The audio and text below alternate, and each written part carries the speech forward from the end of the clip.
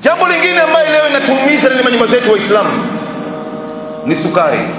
Kama kuna kitu cha hatari katika manyumba za Waislamu ni sukari.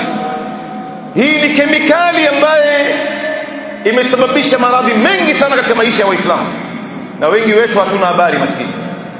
Lao tukianza kuchunguzana hapa, kila mmoja wetu anatumia sukari kiasi gani kwa siku, utakuta kila mmoja wetu anatumia robo kilo ya sukari kwa siku, au zaidi ya robo kilo au nusu kilo, bila yeye mwenyewe kujijua. Tuanze kufanya mahesabu ya haraka haraka. Vikombe viwili vya chai uliokunywa asubuhi, kila kikombe kimoja kina vijiko vitatu vya sukari.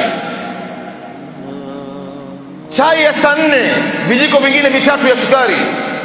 Chai ya saa 10, vijiko vingine vitatu ya sukari. Chai ya usiku, hii ni chai peke yake. Sasa hatukuambii zile vyakula ambavyo vinapikwa na sukari: tambi, kaimati, matobosha, mkate wa maji. Umefahamu? Alafu kuna hizi majuisi ambayo tunanunua madukani kwenye fridge, energy drink. Unajua energy drink hakuna kitu ya hatari kama hii, na vijana wengi hawajui. Ina vijiko 16 ya sukari kwenye 300 ml.